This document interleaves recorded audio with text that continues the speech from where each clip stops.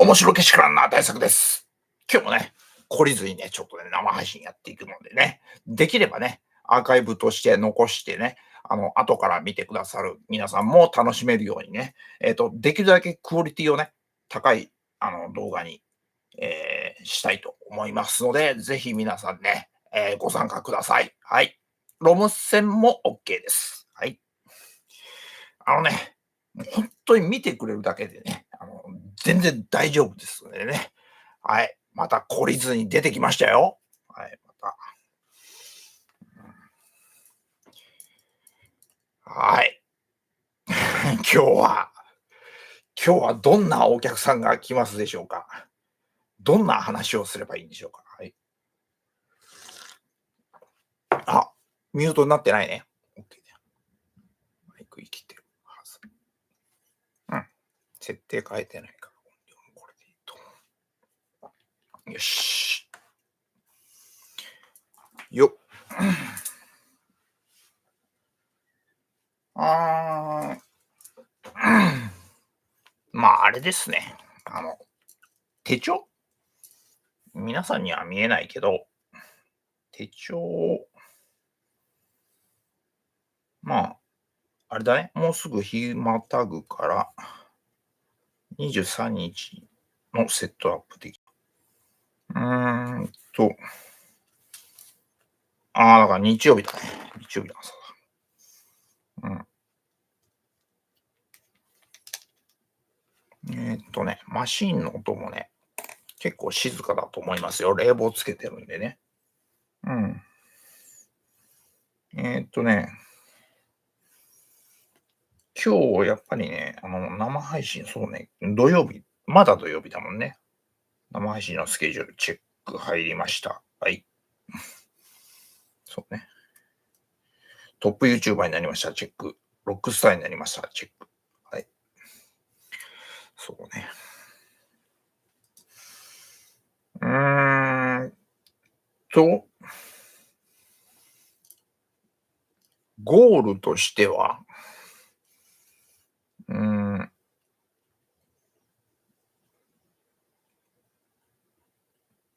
生配信のスタート。はい、これチェック入ります。はい。で、そう。ツイッターに宣伝しないと。俺としたことが、なんとしたこっちゃ。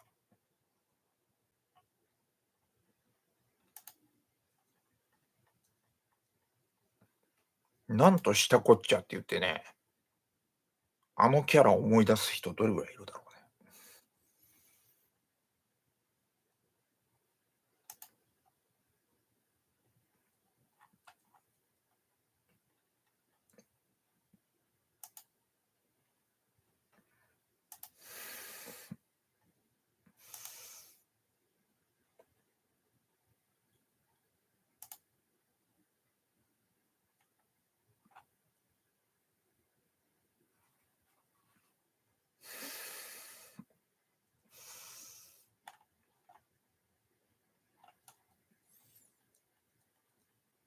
はい、これで、集客としのできることはこれで100%達成してますので、あとは勝手に喋ってればいいわけですよね。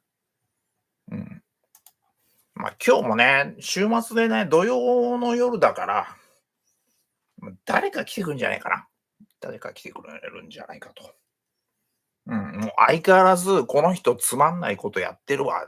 この人、こんなやつ絶対トップユーチューバーになれないわってね、思っていただけるとね、俺の勝ちだからね。うん。もうしつこくやりますよ、もう。起きてる時は毎日やってもいいかもわかんないね。その代わり寝てる時は絶対できないね。うん。はい。この調子のこの感じの声が出てる時は、調子いいんでね、これね。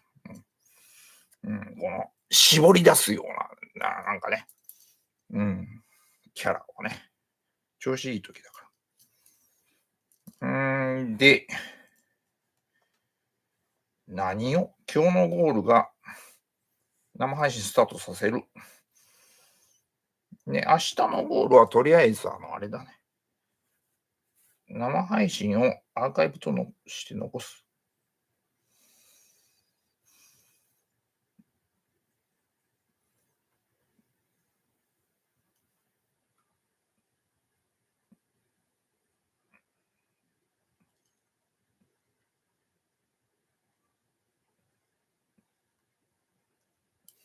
この時間はね、俺楽なんですよ。体調いいの。統合失調症はね、朝が苦手な人多いんだよね。夜になればなるほど体調良くなる。で、えーっと、予定として、明日の予定、あの、話題になる、トピックになる、身近な身近な出来事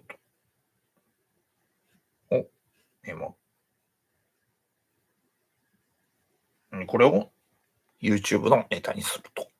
うん。もう今分かる範囲で、その時分かる範囲でいいから、もう片っ端から書き出すと。なんだったらダジャレでもいいやっていうね。で、これで明日のスケジュール大体決まってますよ。で、もうあとね、この生配信を終えたらもう寝ちゃえばいいわけだから、うーんと、そうだよね。そうね。結局ね、18、19って寝てたんだね。水って寝てた。うん、オッケー。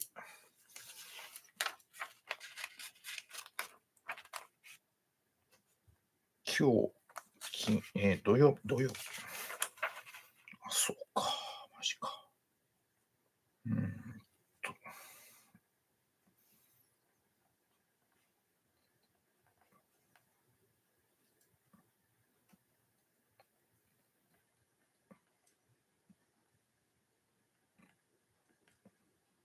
ただ、この感じの声の出し方してるとね、喉痛めますよね。高橋がなりさんみたいなね、キャラになっちゃいますよね。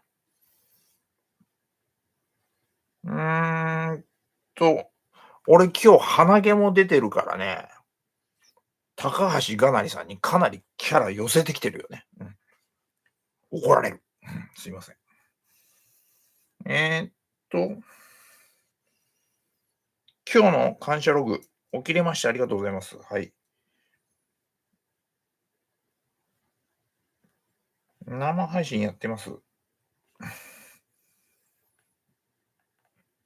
ありがとうございます。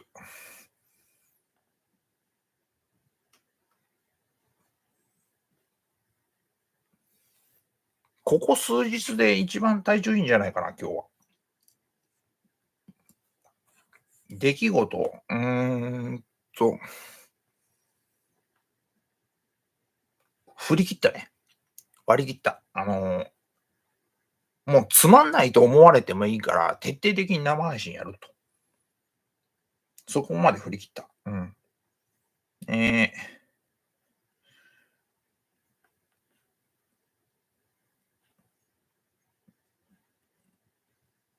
思われもって書いちゃった。思われても、しつこく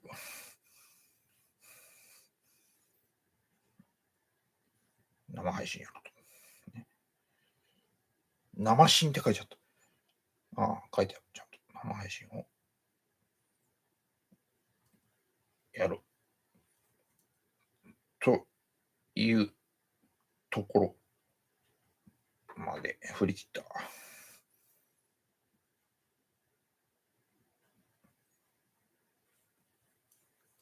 まあだから皆さんも俺にあんまり期待してないだろうから。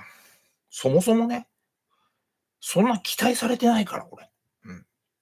そう。で、今日のセルフトーク、なんだろうな、今日もなんだかんだ言って1日頑張ったね。まやっぱりね、YouTube をどうするかっていうことがね、バックグラウンドでずーっと考えてんだよね。一日中、やっぱり。どうしたらいいのかな。で、自分の動画見てね、分析したりとか。もちろんね、皆さん他の YouTuber の方の動画を見て、学ばせていただいているんですけども、うん、そうそうそうそう。今日はね、竹千代さんの動画が面白かった。うん。今さっき見てたんだけど。なんだ。今日のセルフトーク。よく頑張った。うん。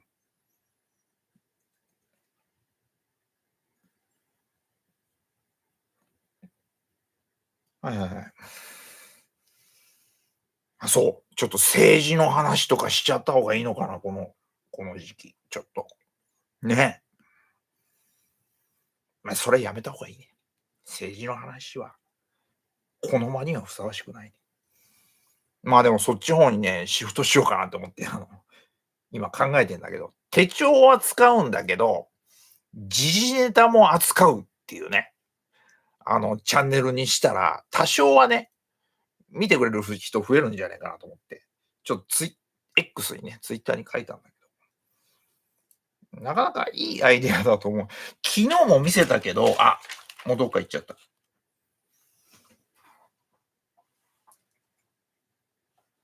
あらあら、どっか行っちゃった。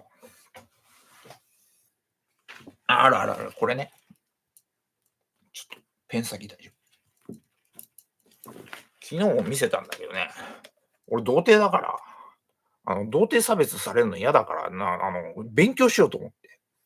これね、文庫でね、渋谷智美さんのね、日本の童貞っていうね、あの、日本において、その童貞がどういう扱いを受けてきたかみたいなね。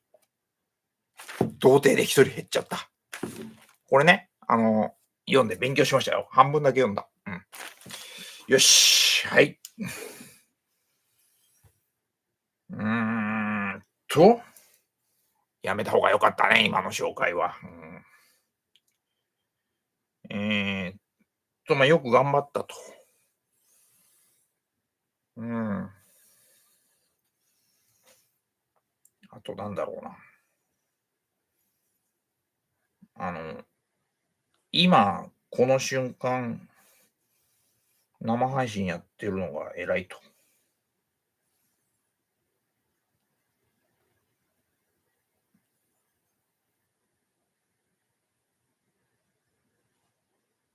偉い。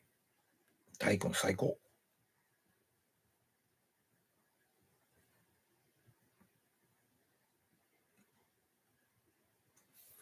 はいはいはい。もう T シャツはね、もう洗濯せずにね、こればっかり着てる。言っても届いたのは一昨日か。うん。あとあれ、今週はあれだ。タスク書いてなかった。月間タスク書いてなかった。そう。そうか、まだ日曜。月曜日からのもう週間セットアップもあらかじめやっとこう。ちょっとね、あらかじめ月曜日からのスタート切っておこう。うん。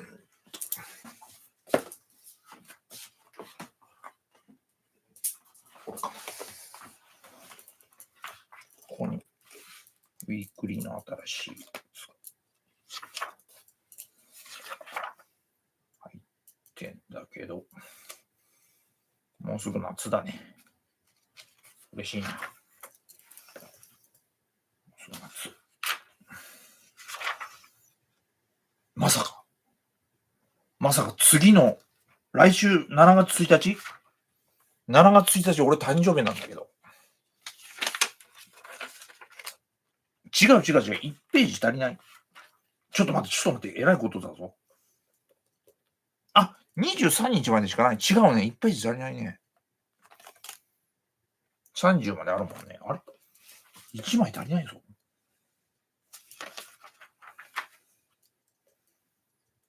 まずいな、これ。なんだこれ。あ、違う。ここが、こっち側が、あ、そうだね。再来週の月曜日が誕生日だ。ついに49歳。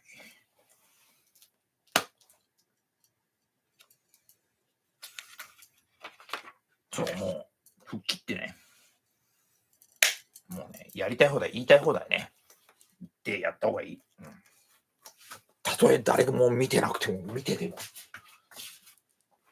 れてても、アンストッパブルで言った方がいい。うん。笑かし系のキャラで言った方がいい。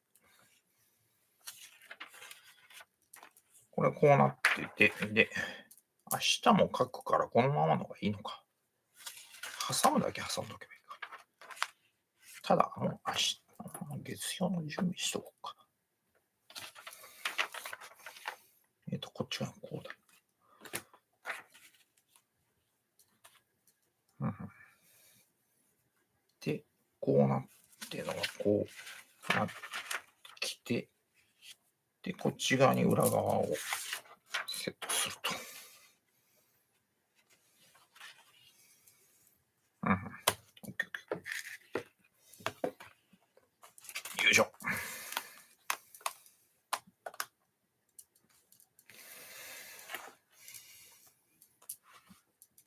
俺ね、高橋がなりさん好きなんですよ。なんだっけ、前向き人生相談だっけ。最近見てないけど。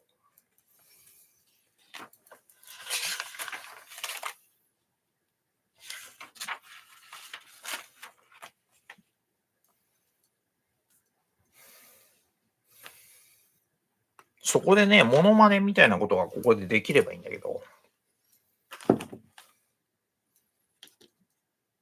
ちょっとそれをやるとね、自分が一番寒くなるんで、ちょっとやめとこ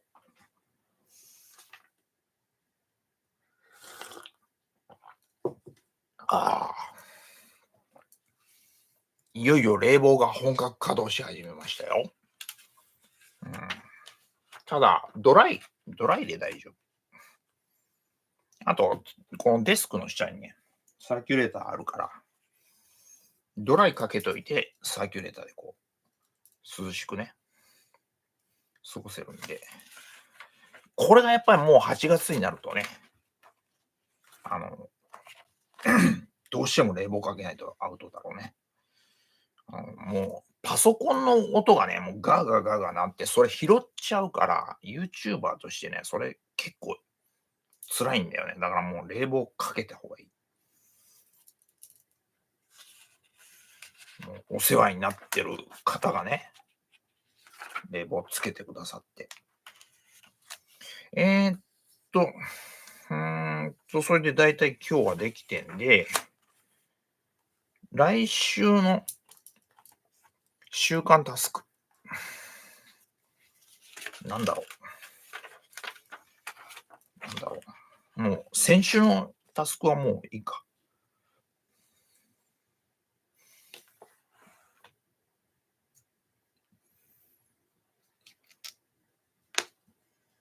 まず、1項目目が予定、スケジュールでしょ。で、2項目目が課題とやるべきこと。課題とやるべきこと。で、3項目目がゴール。うん。今日のゴール。あと手帳の教科書っていうね、高田さんのチャンネルの動画も今日の昼に上がったのかな。あれも面白かった。おすすめのね、本を紹介してましたね。あれ欲しいなと思うんだけど、ちょっと高いな。こっちめくって、感謝録か。違う、間違えるとこだった。違う。ちょっと待って、ちょっと待って。ちょっと待って。またここでね、間違うとえらいことになるんだ。もうここまだ逆側にセットしない方がいい。あの、ちゃんと正式な方向にセットしといて。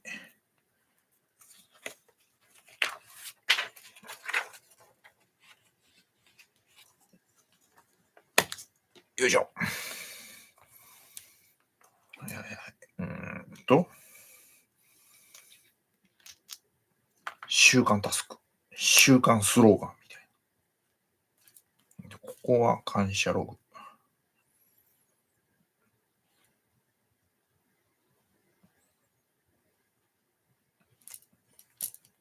ここはなんだっけ出来事。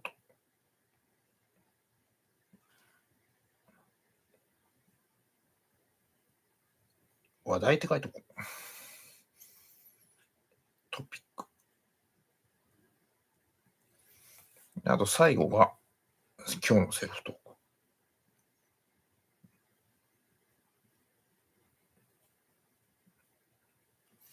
一応ね、俺一応ね、一側面ではあるんだけど、手帳系のね、手帳系 YouTuber だと思ってるんですよ。もう思い込むしかないですよね。認められてないんだったらもう思い込むしかない。自己暗示にかけるしかない。えっと、でもね、過去一バズったのがね、手帳の中身のあれは、俺の実力で、バズらせたんだから、あれは気持ちよかったね、あれは。開封動画じゃないし、あれはね。い最新の手帳の中身の1個前のね、高評価26個ついたやつかな、あれね。36じゃなかったっけ ?26 か。はい、今度はこう考えなきゃいけないのが、習字タスクというか、習字スローガンみたいな。とにかく、波動を下げない。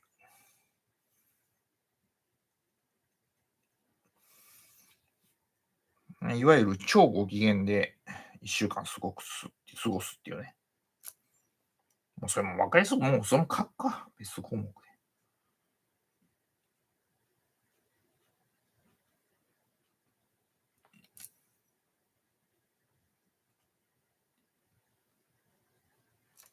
で。で、手帳とバッグをめでる。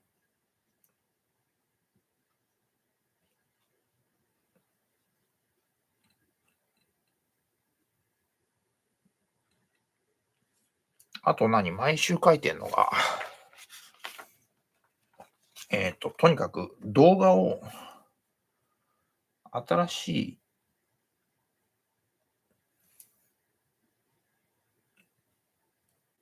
動画を、言ったら、動画の企画考えるってやっといたらいいね。企画思いついたらもうすぐ撮りたくなっちゃうから。もうその場でやんなきゃ気が済まないたちなんで。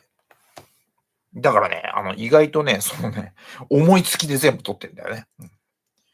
なんか綿密に台本書いてっていうよりは、もうもうね、そろそろ退屈してきたなと思って、あの、なんかやりたくなったタイミングで新しい動画撮るから、ほぼほぼノープラン。大体開封動画。えーっと、あとなんだろう。あと4つ。4つプラスメインスローガン。メインポリシ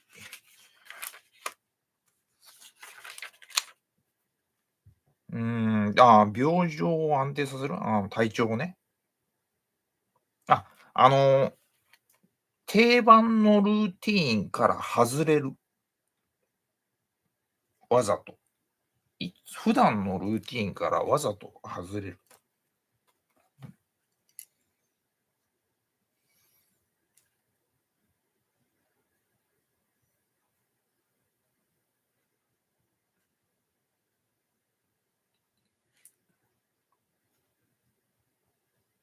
これ意外とね、誰もやってないと思うね。こんなこと。普通逆だもんね。うーんと、なんて書いてるの？なんて書いてるの？変化成長をためらわない。ああ、そうね。変化、成長をためためらわと、ね。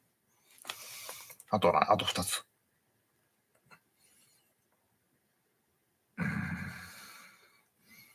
ネガティブな考えは捨てるって書いてあるな。先々週。ほぼほぼ言ってることが重複してるんだけど、ネガティブ感情を捨てる。ネガティブ感情を捨てるのはいいんだけど、ゴミも捨てろよっていうね。ゴミ取ってても仕方ないから、もうこの部屋、最悪な状態なんですよ、今。多分神様が怒ってる。けしからんっつって竜神様が怒ってる。これね、映ってる範囲がまだ綺麗なんだけど、えげつないことになってる。ただ散らかってるだけじゃなくて、汚れてるからね。もうそれを言ったら笑ってしまうな。はい、あと、ポリシー一つとメインスローガン。まあ、楽しく過ごすっていうのは、まあ、もう基本なんだけど、あの、ネガティブな感情を捨てるのであれば、ポジティブな考えに変える。で、あと、メインスローガン。なんだ。ここはね、ここにロックスターになりましたとか、そういうのを書くわけにはいかない。いくらなんで。ここで、なんかやんなきゃいけないこと、リアルにやんなきゃいけないことってなんかあったか。まあ、そこはまあ、毎月変わんない。毎月だもんね。毎週だから。まあ、例えば、人に対して優しくとか、なんだろうな。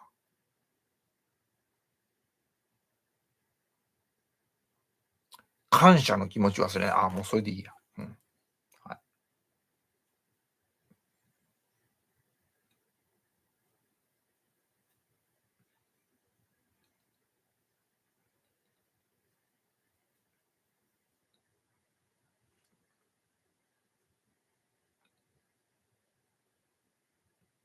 このキャラが一番いいわ。今日このキャラ、砂時計の時のね、キャラになってるから。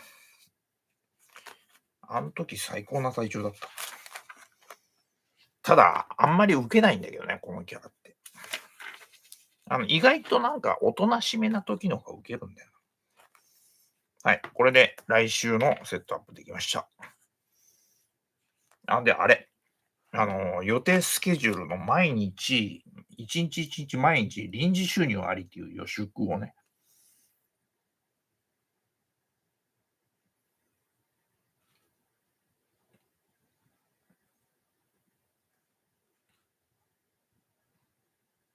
こういうね、非常識な手帳ですね。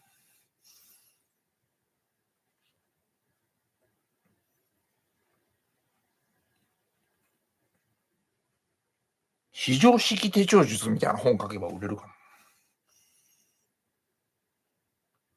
オリジナルリフィル作ってね、逆の発想を生み出すオリジナルリフィル。田口対策オリジナルリフィル。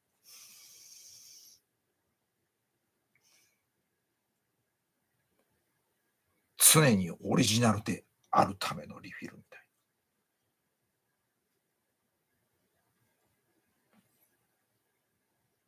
普通じゃないリフィル。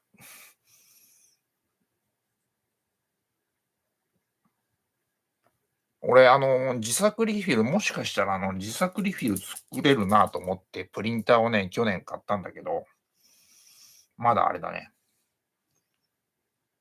好きな、キャラをプリントアウトしたりするだけにとどまってるから。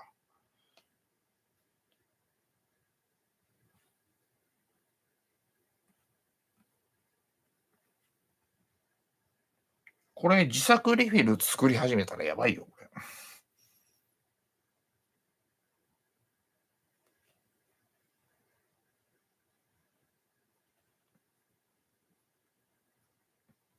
ギャグメイキングリフィルとかさ、発想逆転リフィルとか。パクらないでよ。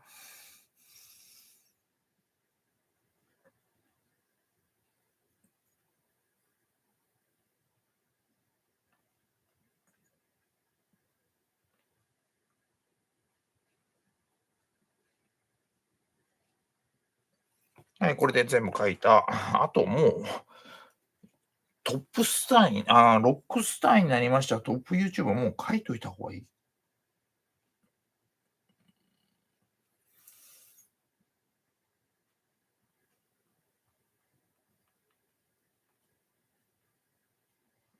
もう、前日書いてチェック入れとこう。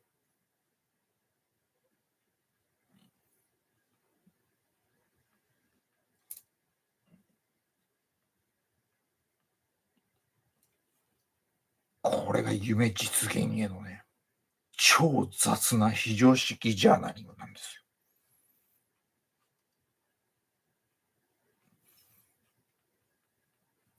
でもこれ書き始めてね、ちょっと変わったんだよ。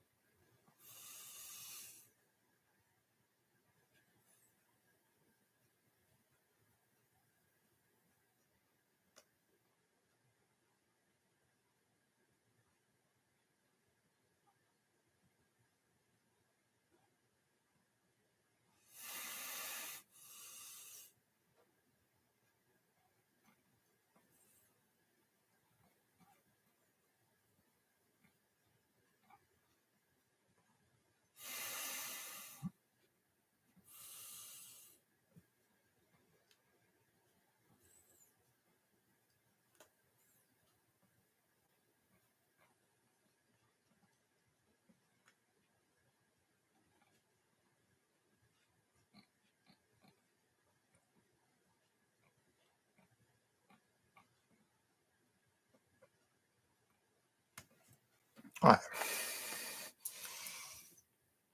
全部チェック入れてよ。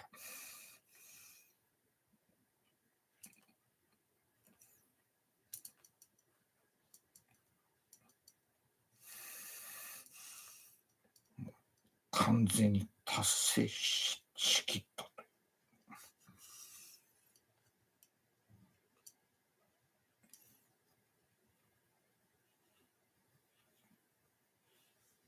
うわ、すごい。俺、偉業を成し遂げたぞ。やばいな。はい。来週のセットアップ終わりました。はあ、誰もいなくなっちゃった。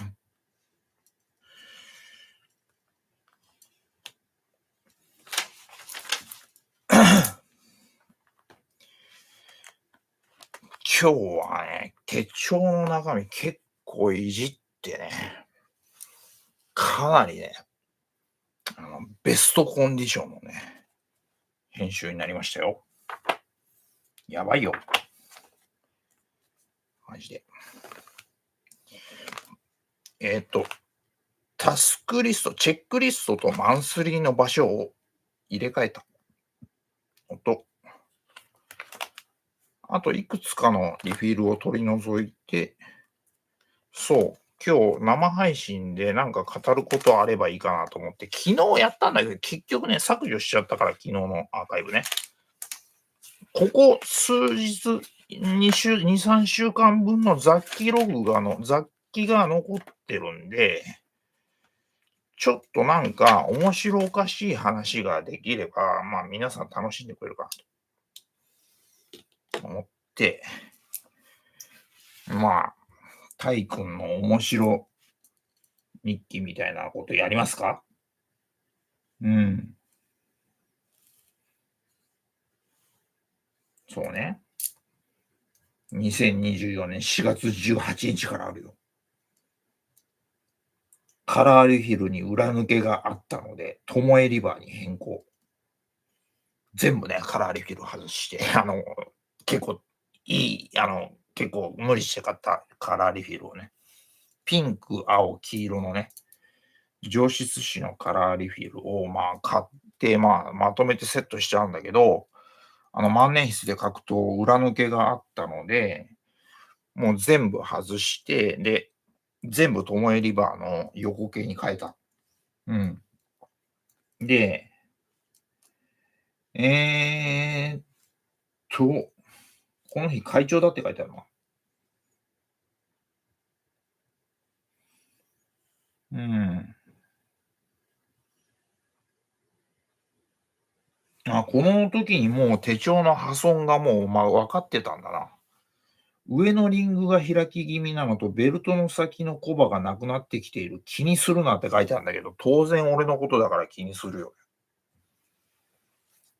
でもずーっとこのベルトのね、先がね、コバが完全に取れちゃってたのを、まあ、なんだっけな、2週間、もう1ヶ月ぐらい前に、修理してもらったとこなんだよね、また修理だし。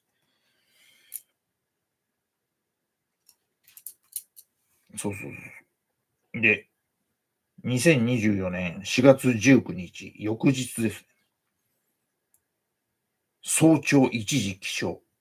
グッドモーニング。英語で書いてある。起床。早起きというか寝られなかった。ペン先が開かないモノクニブ。嬉しいです。ありがとうございます。まだ、あれだね。モノクニブ買ったばっかりだから、この時は。幻想的な色彩、この軸がね。この軸が。なんか、見方によっては宇宙空間みたいな、なんかね。なんか見方によってはちょっとミリタリーっぽくもあるし、これはね、秋をイメージした、あの、オータムオリジンズかなんかっていうカラーなんだけど、あの、実りがあるようにと、収穫が、得られますようにということで、このカラー選んだんだけどね。で、ふん。モノクリームの書き心地が良い。動画のネタ、何を書こうか。って書いてあるね。考えてたのね。モノクリーム大好き。うん。排水の陣って書いてある。オータムオリジン。外務のフィギュア買うの？タバコ代見直した方がいいかも。住職とスカイプ。手帳のリングの隙間を自力で修理した。あ、そう。これ俺ね、向井さんと竹千代さんの、トークイベント、あ、違う、あれは向井さんだけ、あ、違う、趣味分の、あれだ、動画で、向井さんがリング開いた時のね、直し方説明してて、で、その通りやってみたら直ったんだよね。説明するとまたそれややこしい話になるから、また調べてほしいんだけど、大概ね、一番上か一番下がね、開き気味なんですよ。だからそう説明すると、上から一番上と一番下が例えば開いてきたとすると、2番目と下から2番目に、結構分厚い何かをかませた状態で、リングをギューって閉じるの。当然ガチャッとはいかないよ。上から2番目と下から2番目にかませてあるからね。それが片側だったとしたら片側だけでいいんだけど。で、その一番上と一番下をギューって思いっきりこう、くっつけるの。で、それを、ほんで、外してガッチャンってやったらもう治ってんだよね。自己責任でね、自己責任でお願いします。アシュフォードの向井さんがね、なんか趣味分の動画でそれ言ってて、ええと、マジかよと思って。やってみたらガチで治っちゃったっていう。だからリングの交換は今回してないんだよね。うん。そうそう。で、何かな。どこまで読んだ？そう、リング自分で修理したと。モノクニ部で検索した場合、3番目に自分の動画が出てきた。なるほど。感謝って書いてある。たるものを知れ。うん、ペン先に筆圧をかけるとインクが出る感じ。びっくりマークはてな。午前6時37分、ライトニング編集後期視聴中。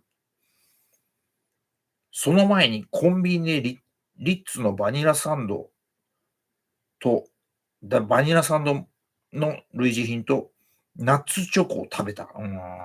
お菓子好きだからね。松島親方プロデュースのバッグが良いって書いてあるね。これライトニングのね、話なんだけど。で、そっからお世話になってる人たちが起きてきてご飯食べてて、偉い。ゴミ出しに行ってきたって書いてあるわ。バニラサンドとチョコ、美味しかった。グッドモーニング、グッドモーニング。はい。リング治ってよかった。もう本当にね、自分で治すと気持ちいいよ。気持ちいい気持ちいい。治っちゃったみたいな。結構ね、分厚めのね、かませるとしたらね、例えばね、自己責任でやってよ。もう俺は、保証はできない。こういう感じの、これぐらいの厚みがある、違う、こうだ。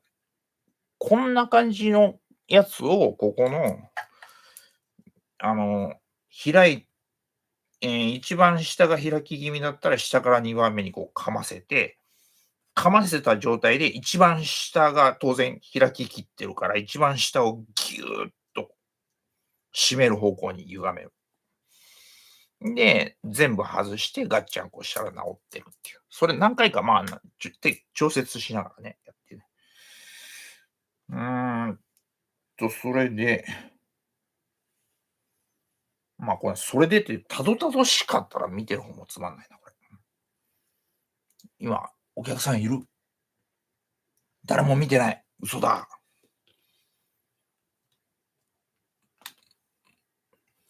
誰も見てない。いいや、もう孤軍奮闘でいいや。はいはいはい。うーんと、ちょっとがっくりくるね。誰も見てないんだ。えーっと、林票当社開人列全在。これはあれか。空海さんのくじ切りだ。古神道の方は林票当社開人列全在だからね。あ、違う、合ってんのか。林票当社開人列全在が、あれだ、古神道のくじ切りの、これ覚えたんだよね。秋山さんの動画で。うーん。で、お世話になっている人がドボルザークを大音量で聞いてると。うん。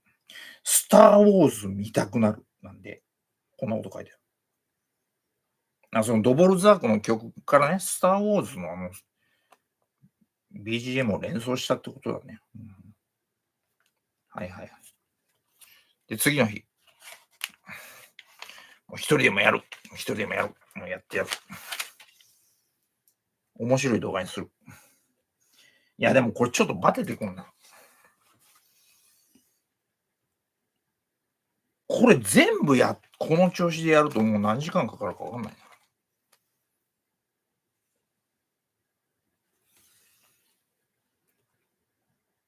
2024年4月19日。うん。嬉しいことがいっぱいある。タバコの計算が合っていた。部屋のゴミを捨てた。手帳のリングの開きを直した。動画が思ってた結果の上に出た。物国部嬉しいって書いてある。5項目あるね。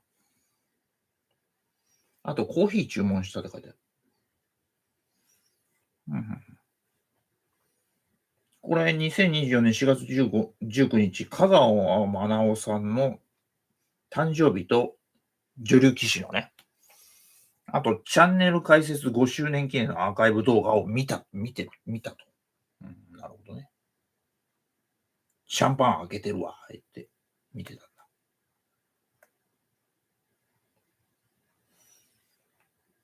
うんうん。みんな頑張っている。頑張らないことを頑張る人も、みんな頑張っている。頑張らないことを頑張っている人も、頑張っている人は美しい。自分も含めてああ、ネガからポジ。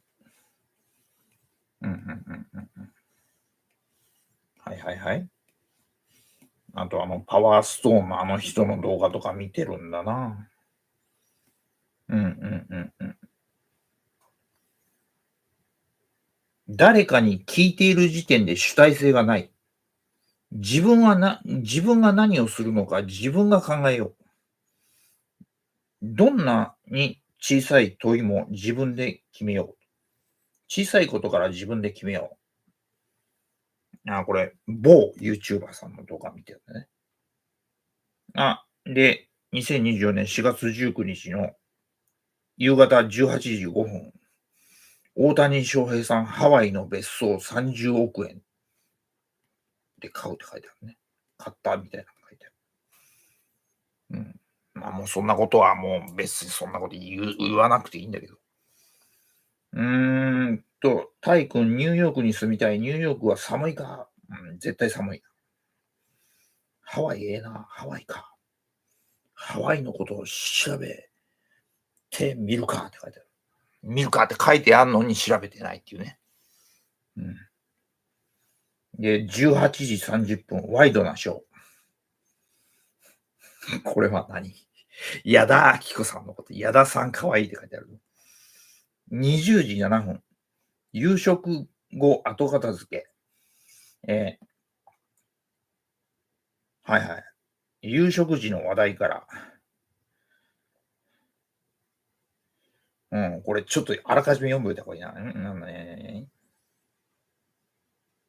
この時に土俵問題を考えたんだ。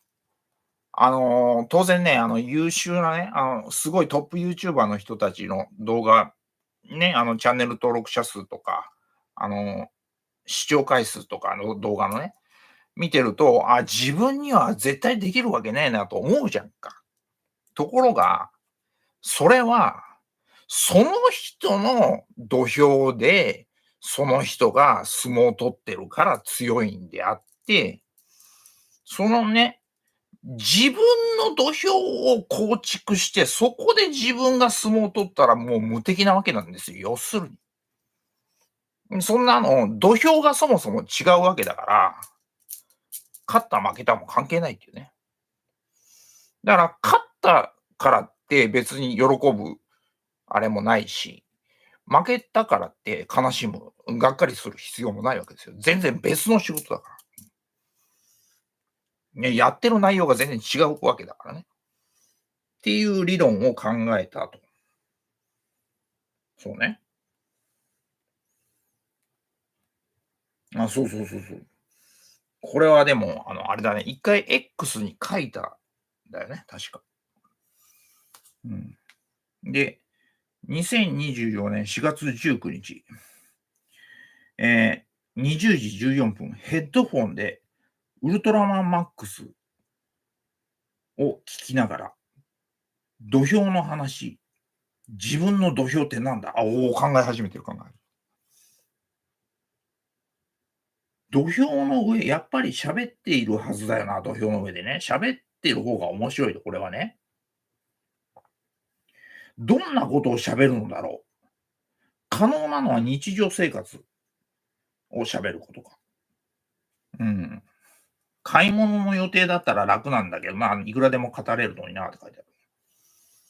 あの、あれ、アメリカのフィメールラッパーのリルキムのクラッシュオンユーっていうね、曲があって、シングルカットされてんだけど、アルバムに収録されてるバージョンだと、リルキムのバースが丸ごとないんだよね。で、メイスっていう男性ラッパーのパートしかなくて、多分、ミュージックビデオを見て期待してアルバム買った人は多分肩透かし食らって、なんだこれってなるんだけど、俺は、それで肩透かしもろに食らったから、シングルを買ってやったんだ、輸入版の。リルキムのクラッシュオンユーを。もうそしたら見事にミュージックビデオの、見事にダーティー版の歌詞が聞けましたよ。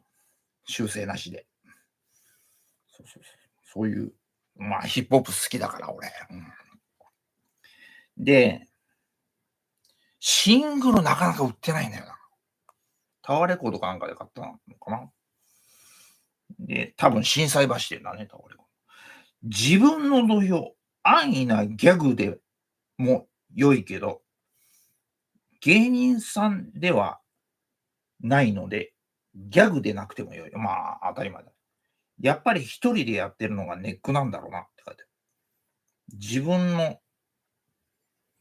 何自分の脳をそのまま丸裸にして言いたい放題思いついたことをそのまま丸出しでできたらそれが最強なんだけど、かといって全部を、あの、取っ払って、全裸というのは、全裸で語るというのはやっぱり自分一人では抵抗があるよなって書いてある。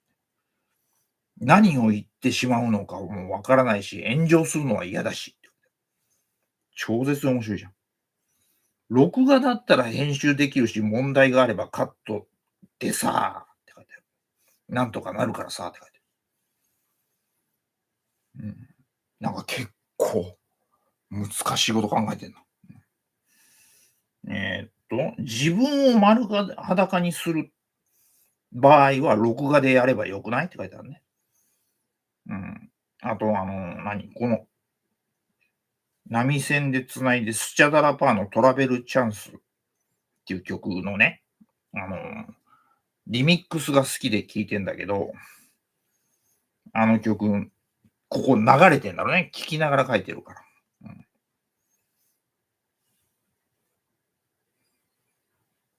うん。ここでオープニングの挨拶で笑かそうとして笑かすネタ書いてあるわ。はい、くだらなけしからんな対策です。くだらなけしからんなみたいな。くだらんのかい。面白くしろよ、面白く。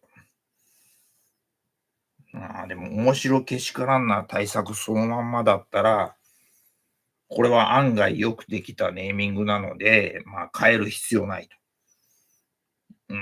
やっぱしここでジンハオのX750っていう万年筆ね。これの話がいきなり出てくる。まるっきり忘れてんな。この万年筆。そうの地幅細いねって書いてある。おじりお相撲のデザインが流れた。書いてある。何ができるのか。動画の初めにテンション高めの名乗りで笑かして自分も笑う。これをやった方がいい。やるべき。テンション高めの名乗り、毎回やるみたいな。やった方がいいみたいな。ギャグ名乗りをやった方がいいみたいな。で、ここでジブラさんのネバーイナフがかかる。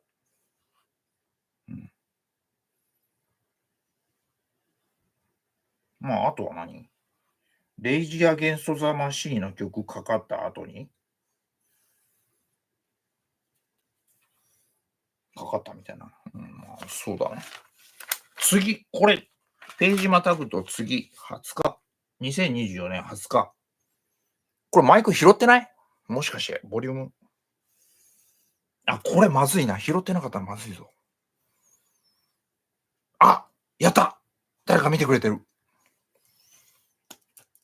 はい、24日じゃない、2024年4月20日。自分の土俵を作りたいって書いてる。さてどうする？まだ考えてんだ。田口対策が大活躍するデュエルフィールド。なんだっけ？遊戯王のデュエルシートだっけ？田口対策のキャラクター、これ、テーブルトーク RPG に例えてんだね。例えてる。田口対策のキャラクター用紙の能力値を全部マックスにして、チート設定で、登場できる。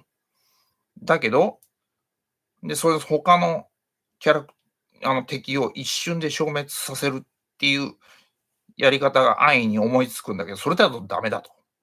他のキャラクターのカードと互角の戦いを見せて、ギャラリーを楽しませる。いいこと書いてあるな。面白いね、俺の手帳。すごいな、かっこいいな。グリーンバックで背景をきれいに抜いて、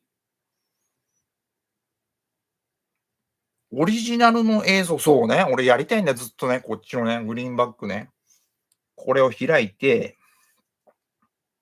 過去に何本か撮ったんだけど、背景抜いてそこにオリジナルの動画をね、映すとね、そんなことやってる人いないから、面白いだろうなと思ったんだよね。ティンバーランドのね、ブーツの動画とかやってんだよね。それが、ところが、このグリーンバックをこう広げてこう立てても、なかなか綺麗に抜けないんだよね。なんか映り込んじゃう、シワになってて。で、うまく抜けない照明の問題か、これをやるっつう選択肢、わりかししっかり寝た。これ全然関係ない。これをね、グリーンバックを使うっていう選択肢もまだあるじゃねえかと書いてある。わりかししっかり寝た。はい。で、これ4月20日の15時3分。マジカルラブリーの野田クリスタルさんが、ビレ版で1万円で、好きな本買っていいっていうチャンネルあるじゃん。あれ、野田クリスタルさんの回見てたんだ。やっぱりいろいろ知ってはるわ。勉強になる。面白いって書いてある。15時8分、眠い。この面白いって書いた後に、こういう人がこんな本を選ぶのか、やっぱりそれっぽいな。なるほどという感じ。もっと話を聞きたいと思った。うん、まあ、なかなかいいこと書いてある。で、17時23分、所さんの動画を見てると。所さんの動画を見ると、誰と話してる時も同じ話でも何度でもノリノリで楽しく話していると。で、所さんもそうするべきだって言ってんだね。多分、所ジョージさんね。うん。そうそうそうそう。まあ、所さん、まあ、好きだけどね、俺ね、好きだ。あとはこれを読み上げるとまずいか。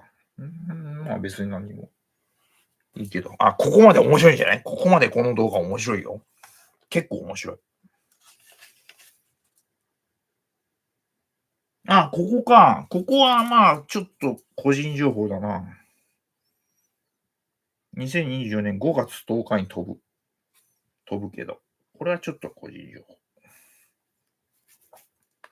で、5月の13日に、アマプラでゴジラマイナスワンを見て、初っ端のゴジラが登場するシーンで本当に生き物みたいに見えたから、それはすごかったんだけど、結局、なんだなんだと思って最後まで見たら、俺の評価はね、つまんなかったと。別に大した映画じゃないなと思ったっていうことが書いてある。うん。ただの時代劇じゃねえかみたいなことを書いてあるね。もう相当もう山崎監督に失礼なんだけど、俺で山崎監督の特撮好きなんだよ。うん、好きなんだけど。ゴジラマイナスワンに関しては、ゴジラだけだからね。まあまあ、そうじゃないけど。うん。あとはね、コーヒーが美味しいみたいな。あとあれ、これもね、小ネタでこれをね、紹介しようと思ったんだけど、今これ紹介するよ。これなんだかわかりますか？これね、こういう親指にはめるじゃないですか。で、こうやって開いた状態で固定できるの。なんか誰が考えたのかわかんないけど、これ、アイデア商品だろうね。うん。梅田ロフトでね、まず最初に買ったんだけど、サイズが大きすぎて使えなかったんだよね。で、ダイソーで売ってたから、ダイソーはもう一つのサイズしかないから、買っとけばいいわと思って2個セットで100円だった。これね。これだから電車乗ってつりか立って乗ってる時に文庫を読むのにはもうめちゃくちゃ便利なんだけど、ただ、ページをめくるのは、これ一時こうやって外さないといけないみたいなね。まあでも面白いよね、こんなの考えると。うん。で、このタイミングで、俺の iMac が、レイト2014って言って、2014年にリリースされた iMac なんだけど、MacOS X の最新のソノマっていうね、コードネームソノマが、2014年の Mac に、インストールできないんですよ。要するに。もう、型落ちしちゃってて。で、それを、オープンコアレガシーパッチかなんかっていうのをインストールすると、無理やり2014年の Mac にそのまま乗っけれるっていう話を、どっかで読んで調べてやったんだよ、これ。じゃあ今ね、できてるの、これそのまま乗っかってんの。もういろいろハプニングがあって、壊しちゃったみたいなこともあったんだけど、瞬間があったんだけど、無事に起動して。うん。これね、型落ちしてるマシンに最新の OS 入れたい人はね、ちょっとね、調べてみて、入れる方法あるから。自己責任だけど。うん。でね、重いかというとね、重くもない。マシンのスペックはそのままで、普通、重くも軽くもないから、ファンの回転が以前より増したとかっていうこともあんまりないし、ただ、インストールした後でパッチを当てないとね、動画がスムーズカクついたりするので、その時ビビるかもわかんないけど、ちゃんとパッチ当てると滑らかに動くから大丈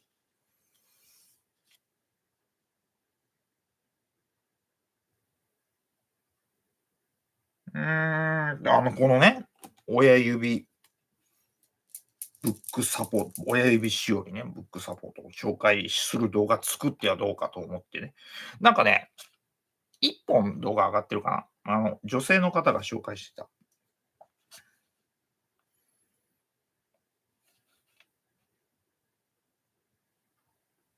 ああ、某チャンネルの生配信を聞きながら、駅占い用のダイス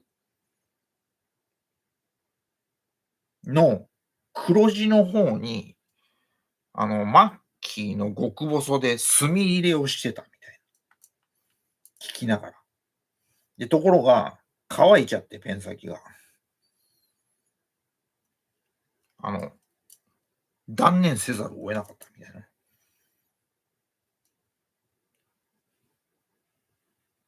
そうね、駅占いの自作リフィル作ろうと思ったんだよね。うん。で、生配信中に駅占いやっちゃったらいいんじゃないか。これもね、某チャンネルの、M さんが、発案したことなんだけど、生配信中に占いを、募集して、占っちゃったら面白いんじゃないかみたいな、あの、全然占いの種類は違うんだけど、俺はそれ駅占いでやっちゃったら面白いんじゃないかみたいなことを、ちょっと、まあ、乗せ替えて考えてね、なんかね。で、タロットカード欲しかったんだけど、タロットカード買わないって書いてある。欲しいって書いてある。新聞の暦は今年はついていたのか。そう、あれ、あの、占いのさ、暦。あれ、毎年お正月に新聞についてたでしょ。あれね、俺、今年どうだったのかってわかんなくて。結局俺持ってないから、あれ欲しいなと。買えばいいんだけど。ここにね、ケンダリシン、ソン、カン、ゴン、コンって書いてあるね。ケン、ダ、リ、シン、ソン、カン、ゴン、コンっていうのが8つの8種類の毛なんだけど、雪占い。これが2024年5月14日ね。で、次が、あれ、これ前後してるな。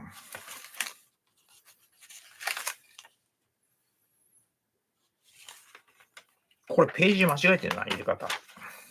それ以前のやつがあった。ここで液境について考えてんのか。4日。4日。9日だから。これで合ってるのかな。違うな。いや、合ってる合ってる。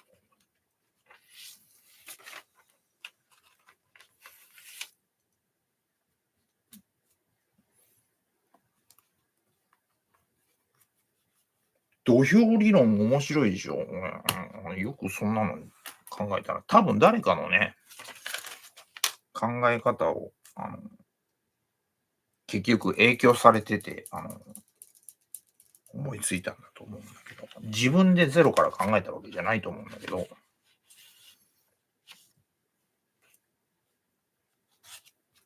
その前に、えーっと、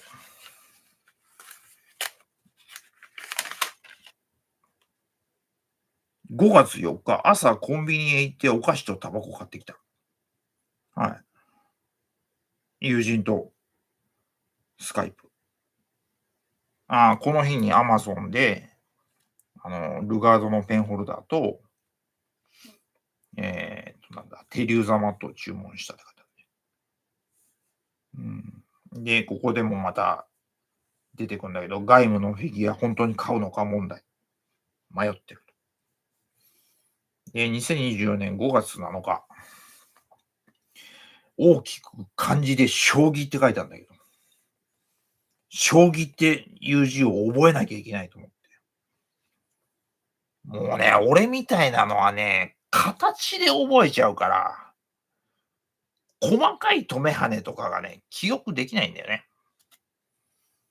でもなんかデザインとして覚えちゃうから、書き順がね、覚えらんない。とにかくその形に仕上がればいいもんだと思っていう考え方感覚でやってるから、書き順がもうめちゃくちゃになるの。うん。結局、書き上がってその字になればいいんだろっていうね、発想なんだけど、あれが問題視されてね、担任の先生に。書き順はしっかり守んなきゃいけないって言われて、あれは面倒だった。その場では一応覚えたんだけど、もう忘れちゃってるのね。うん。なので、玄関にね、カニがいたと。結構近くに川が流れてたりして、カニがたまに玄関のとこに歩いてんだよね。そう、ほんで気づかずにぐしゃって一匹踏み殺しちゃったことがあって、もうごめんなさいっていうことがあったんだけど、それはもう、ね、悲しいですけど仕方ない、そういうことがある。えーっと、5月6日夜、和室に虫がいた。またこれ虫系の話。小動物系の話。なんやね、5月8日、ルガードのペンホルダー、テリューザマットが届いた。ああ、なるほどね。で、5月8日に、まだラディオニックバランサーの動画ができてないんだよ。この時点で。で、焦ってたんだ。あの、使い方を説明した方がいいけど、まだこの段階だったんだよね。なんで、岡田敏夫さんのね、意見が書いてあって、転売ヤーが悪いって言うんだけど、みんなね。転売ヤーはでも、法律に違反してないから、転売ヤーは認めるべきだって岡田敏夫さんが言ってんのね。別に悪くないと。犯罪を犯してるわけじゃない。で、本当に悪いと思うだったら、が法律を変えてない、ことが悪いんだから、要するに転売してはいけないっていう法律にできてないことに怒った方がいいみたいな。そういう風に法を整備していかなきゃいけないっていう風に怒んなきゃいけないみたいなことを岡田敏夫さんが言ってて、メモってあるんです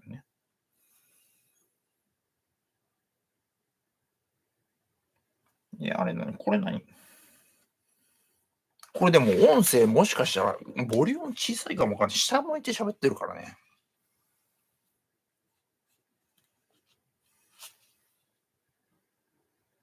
そうだね、ひょっとして、それ考えてなかった。マイクがここにあるのね。うん。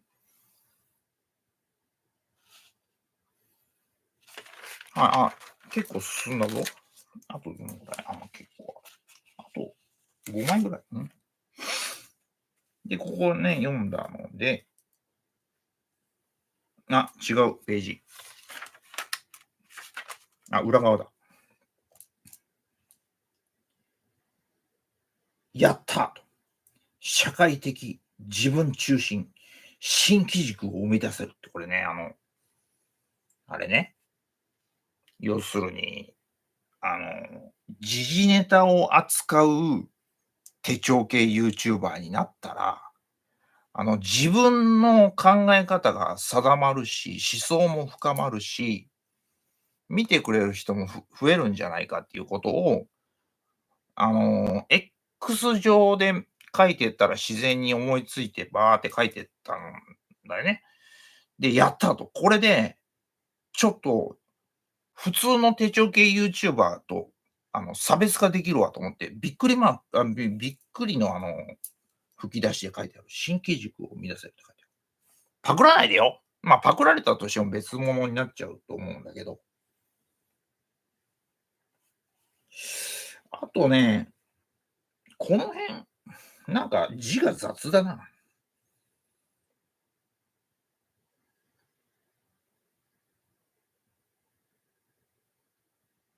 山田礼二先生の動画見てて、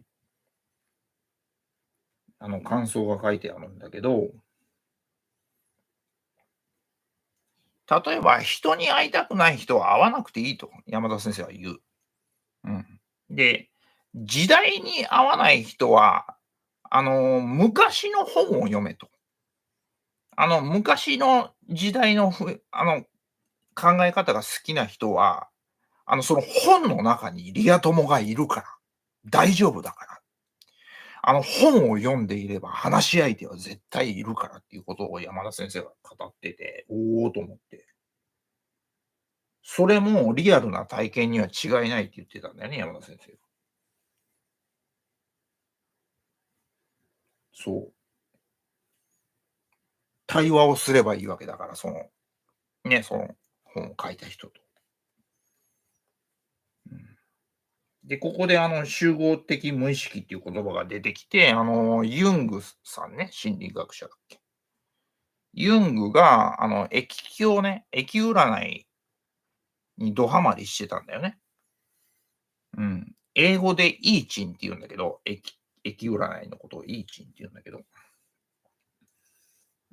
ちゃんと英語版が出てて、ブックオブチェンジスだっけ。タイトルはもう超ダサくなるんだけど、変化の書っていう直訳できるのかな。ブックオブチェンジスかなんかっていうタイトルで駅経が英語に翻訳されててね。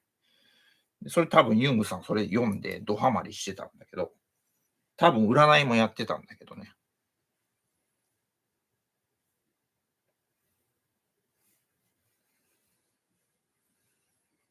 うーん、うんうんうんうん。もうこの辺もいいか。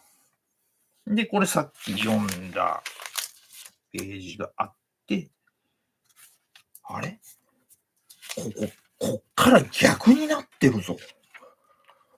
4月に戻ってるぞ。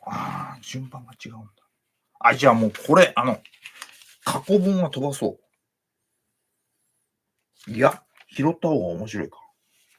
新中ペンコレクションの動画の企画を一応考え始めた。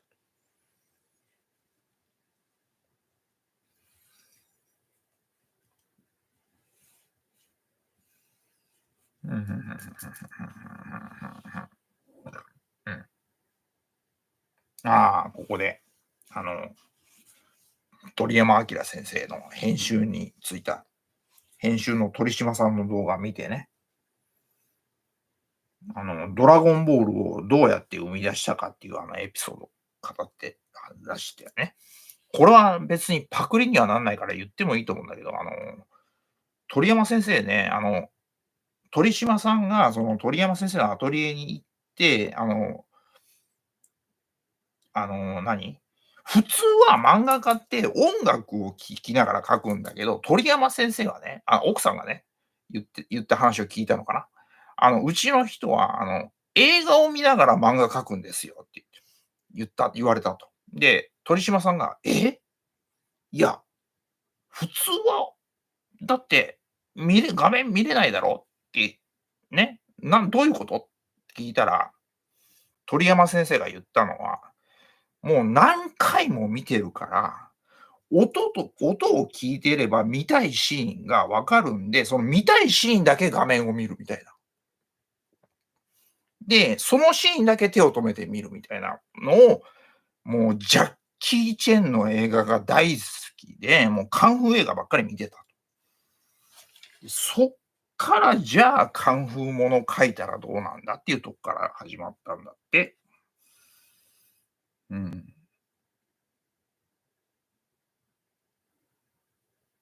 なんかそれ有名な話だよね。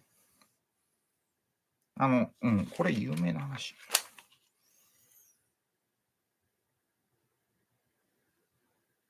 ここら辺字が雑だから読む気になんないな。なんて書いてんの？ああ、モノクリムで、モノクリムが良いと。最高。あ、この時点でモノクリムの筆記レポート動画まだ考えてる状態だったんだね。徹底解説の方の動画を考えてた。まだ動画にしてなかった。何を語るべきかみたいなとこからずっと書き出してて、うんうんうんうん。だいたいそれの内容は動画で語った内容が書いてある。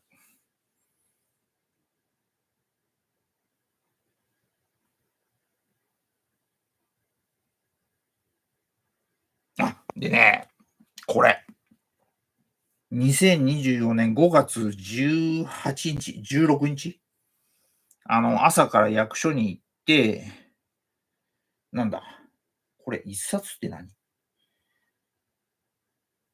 あ、違う、これ読み間違いか。ゴジラエナジーっていうね、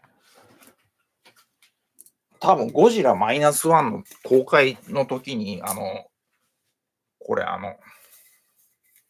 チェリオっていうね、飲料メーカーあるじゃないですか。ゴジラエナジーっていうね、飲み物、ちょっと反射するね。こういうオリジナルの缶のデザインでゴジラエナジーが売ってたから、これ絶対買って飲もうと思って飲んだ。で、ゴジラエナジーはもうすっげえまずかったっていうね。うん。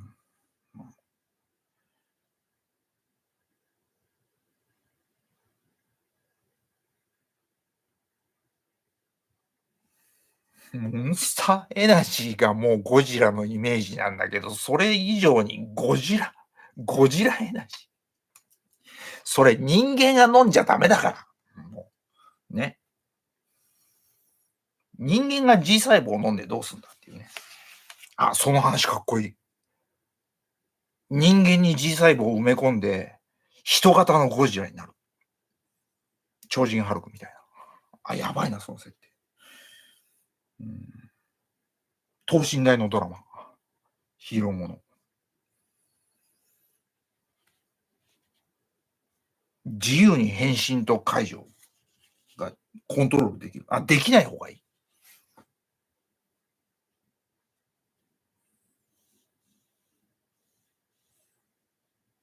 なんかね。うんうんうんうんうん。ここで、あ、この時に、その役所の書類を書くときに、このね、あの、バックハンガー、これを紹介したのが今朝だっけ？昨日だっけ？これ、多分残ってないんだよね。削除しちゃったと思うんだけど、これね。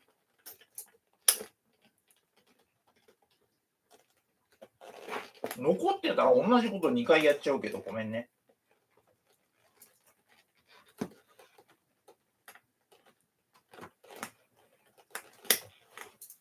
これね、2000円ぐらいでね、Amazon で買ったんだけど、何かっつうと、バッグを床に置かずに、吊るすハンガーなのね、これ。こうなってて。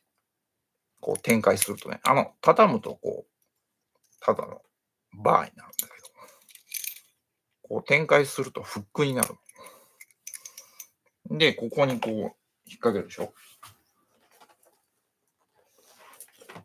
で、これ、重さ、耐荷重が12キロまで耐えられるから、このヘルメットバッグだと手提げのね、あの、部分があるから、ここに引っ掛けて、こう、テーブルに、これはお見せできないけども、綺麗に吊り下げられると。で、バッグは、これは諸説あるんだけど、多分、バッグを床に置くとね、気運が下がるらしいんですよ。嘘か本当かわかんないけど。で、バッグは直接床とか地面に置かない方がいいっていうね、ことが、もう、気にする人は気にするんですよ、俺みたいなやつは。だから、これね、色もゴールドだし、気分上がるし。で、これマクドに行った時も使えるじゃん。ファミレスとかで。めっちゃそれが、初めて、実際に使ったんだよね。役所に行って。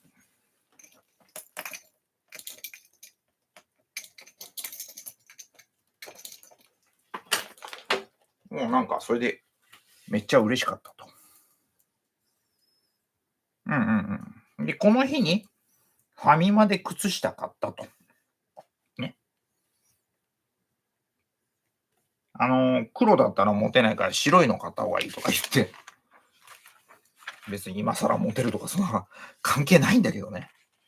男女兼用のラインが入って、カラーのラインが入ってるやつを買ったと。で、ティンバーランドを夏に履くこともあるから、長いハイソックスも買ったと。うん、で、スニーカーソックスも買った。くるぶし丈の。ゴーストスマッシャー履くときはもう一番短いやつ。くるぶし丈のやつ。つけて出かけるね。あ、で、この日。えーっと、24年5月20日、朝からビレバンへ行くとってなって、あの、スマホポケットから出して、で、Google マップ開いて、で、矢印の方向に向かって歩くんだけど、どっちを向いたら、矢印がどっちを向くのは、こっちの方かっていうのが分かんなくて。で、もう必死で、ティンバーランドを履いてったんだけど、もう走って、もうこの年齢で走るなんてことはもうほとんどないと思うんだけど、皆さん。バッタンバッタン言って走って、しかもこのバッグ持ってるからね、手提げで。で、ギリギリ間に合って、で、ギリギリ間に合って事なきを得るみたいなね、易経風に書いてあるね。まあ、決め込んで、そのビレバンに、行くわけですよ。うん。で、店内を見て回って、一応めぼしいものがあるか見て回って、バンドステッカーとか売ってるぞ、映画ステッカーもあった、よーしと思って、そのレジに行くんじゃなくて、マクドへ行ってね、ビッグマックセットを2つ注文。手も汚いままだったけど、そのまま食べてから、その食べた後に、手洗いがあるのを見つけて手を洗って、で、そっからビレバンに行ったと。で、一応下見してあるから欲しいステッカー、もうステッカー買おうと思って、ね、この前動画で紹介したステッカー買って、そこでね、なんとね、スラッシャーのハイソックス売ってたのよ。で、結局ね、ファミマで3足買った値段と、スラッシャーの、フレームロゴのね、黒地にフレームロゴが、あの、編んであるデザインのやつが3足セットで、ほぼ値段変わんなかったの。あちゃーと思って。それ知ってたらこっち買ったのにと思って。だってスラッシャーのソックスでティンバー履いてたらちょっとキャラ立つじゃない。ヒップホップ好きだし、スケーター文化好きだしっていうアピールが同時にできちゃうわけ。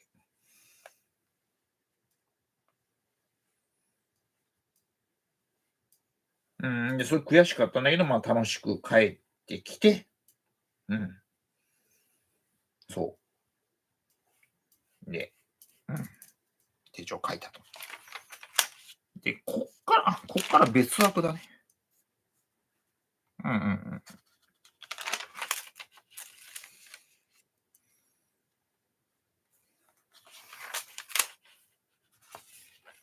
昨日の生配信消しちゃったんだけど、言ったんだけど、万年筆について俺実は何も知らなくて、ちょっと、ちゃんと使い方勉強しなきゃと。っ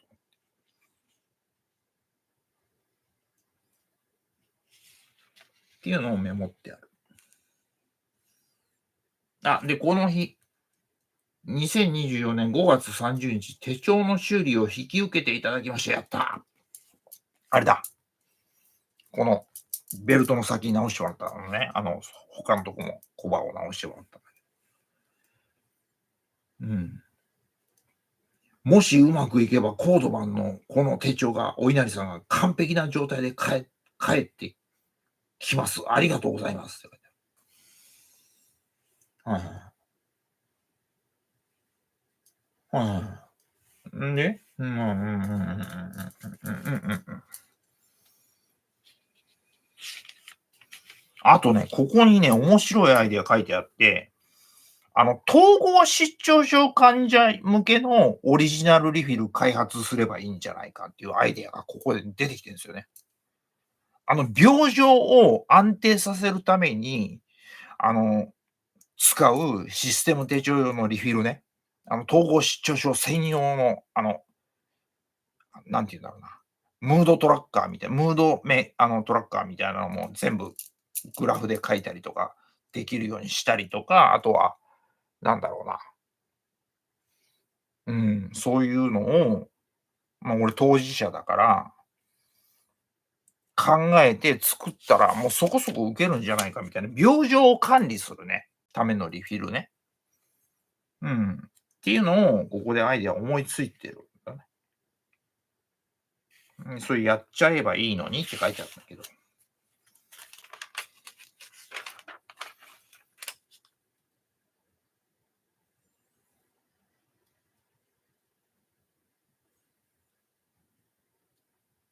あ、ここでだから、あれ、この5月30日の雑記に書いてあんだけど、あの、何にもとらわれることなく、入ってきたものを受け入れ、出ていくものにさようなら。例えると音楽、曲を選ぶな。その時流れている曲を、あの、楽しく聴けと。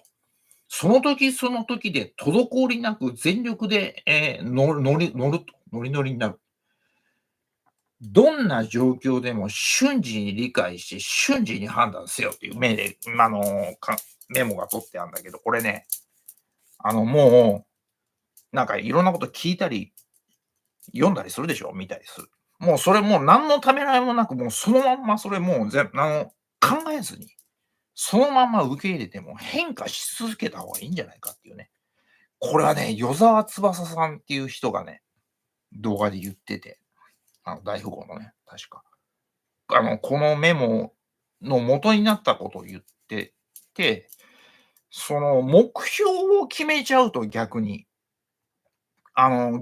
成長できないんじゃないかっていうことを言ってらして、要するに目標を固定しちゃうと、違う方向に行けないじゃない。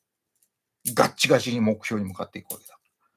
ということは、もしかしたら他の道にそれれば、もっといい自分に成長できるかもわかんないのに、目標ガチガチに決めて直進したら、ひょっとしたら損するかもよって言ってはらしたんですよ。で、それを書いてたと。うん。おっと思って、これは高田手帳術では対応できないなっていうことをね、ちょっとびっくりしてね、あの、思ったんだよね。メモってる。で、高田式手帳術ね、高田さんの手帳術。高田式手帳術だともう目標を決めて、もうそこに向かって直進するべしっていうね、手帳術だから。うん。ちょっと違ってくるなと思ってね。で、テニス部時代の先輩の思い出話。その先輩はなぜか、大阪に住んでてね、大阪弁で、ダメっていう時に、あかん、あかんって言うんだけど、その先輩大阪人なのになんでか、あかんとは一言も言わずに、ダメ、絶対ダメって言うのね。もう面白い先輩でさ、風の谷のナウシカが好きでね。で、年頃も年頃じゃない、中学生だから。で、俺にね、耳打ちして、ナウシカのヌードを描いてやろうかっていう、あの、聞いてくれるの。いや、俺はそんなの別に見たくないし、それは違うんじゃないですか、先輩みたいなこと言ってて。あの、絵が非常に上手くて、テーブルトーク RPG のね、ゲームマスターがね、面白く、してくれる、ゲームマスターが上手い人だったのね。で、今でも連絡取りたいと思ってんだけど、もう、あの、連絡取れないんですよ。うん、で、サイレントメビウスっていう、漫画があって、それの劇場アニメのね、映画一緒に見に行ったりとか、ちょうど中学時代ね、行ったりとかして、あれもかっこいい映画だったね。うん。だから関西弁で言うと、ナウシカのヌードを描いたろかっていうね、描いてあげようかっていう、あの、言い方ね。大阪弁で言うと、描いたろかっていうことなんだ。それ書いてある。思い出話。で、もう空気を読むのではなく、空気を作る側に回れと。エアーメーカーって書いてある。戦争はやめてくれ。頼むからやめてください。人を傷つけるなんて絶対許せない。エアーメーカー対策って書いてあるな。スピード線で装飾して、エアーメーカー対策って書いてある。あとあれだ、山田礼二先生がサードマン、自分の人生を好転させてくれる、誰かと絶対出会うはずだから、そのことをね、画家のね、あの人、面白いおじさん、あの人。そういうのちょっと調べてみて。そのサードマンに絶対合ってるはずなんだよ、誰でもっていうね。で、そのサードマンに導かれるから人生が好転するんだっていうことを、で、そのサードマンに気づかないければ、何も成長できないよっていうことを山田礼二先生が言ってる動画があって、サードマンについてちょっと書いてる。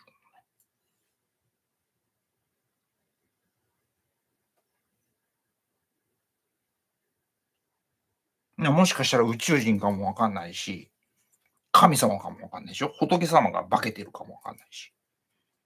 何かわかんないじゃん。だって結局人として見えてるけど、その実態は確かめようがないじゃない。うん。触ったらもちろん肌の感触はあるけど、人間かどうかなんてわかんないじゃないですか。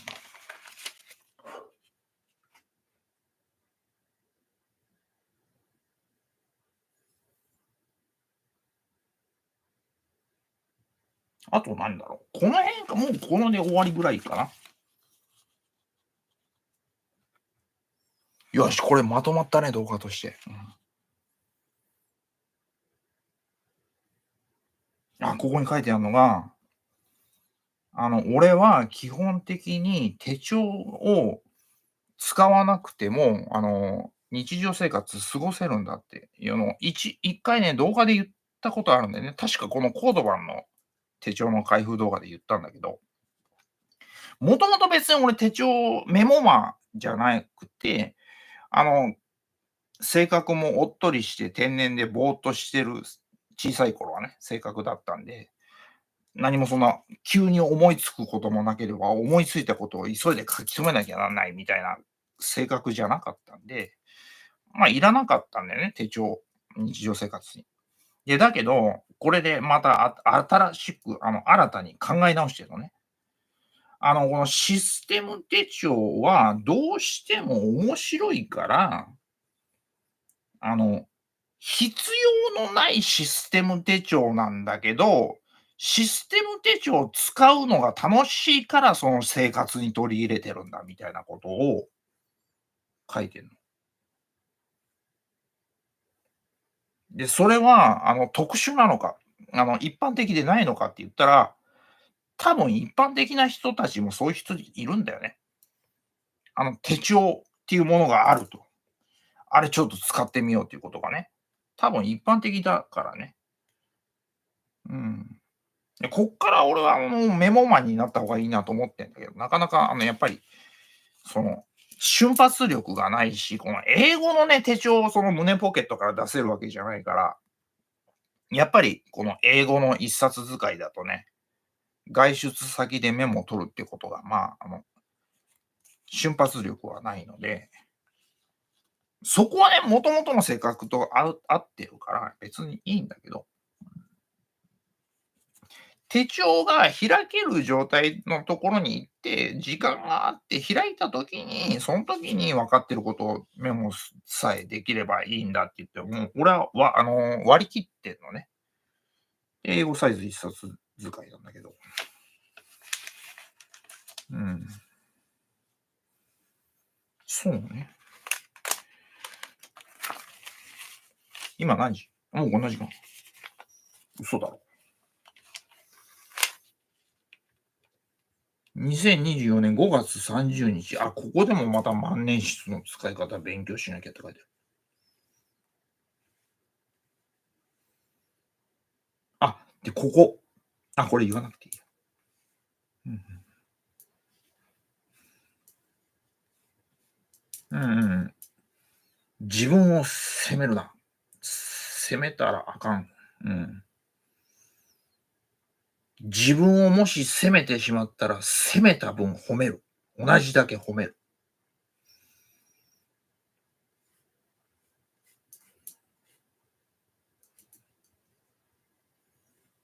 新たなチャレンジをしようって書いてある。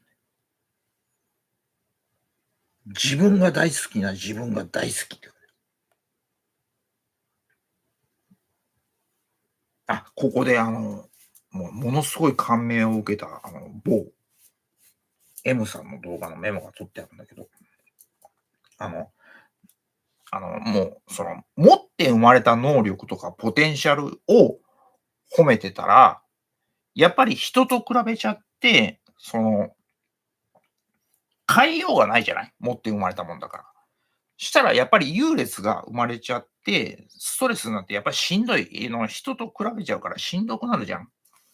で、そこを評価するんじゃなくて、やったこと、自分が何をやろうとしてやってできたかっていうことを抽出して、それをよく挑戦できたかどうかっていうところを褒めていけば、他人と比べることもないし、比べたとしても優劣つかないし、健全に自分を褒められるんじゃないのっていう、ストレスもなくなるんじゃないのっていうことを語ってる動画があって、もうすごい面白くてね。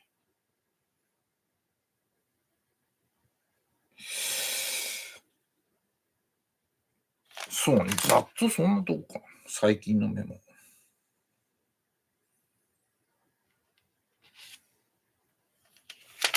あ、そうね。雑記はこんだけ。もうここでやめようか。あ、一人見てくれてる。ありがとうございます。はい。あ、高評価1個ついてる。うん。昨日はね、だらだらやりすぎてね、結局削除しちゃったんで、今日ね、この辺でちょっとやめときます。今、この動画撮り終わって分かったんだけど、俺俺結構優秀じゃない？頑張ってんのよ、毎日。こう見えて。賢いじゃん、俺。ね。はい、というわけで、ちょっと、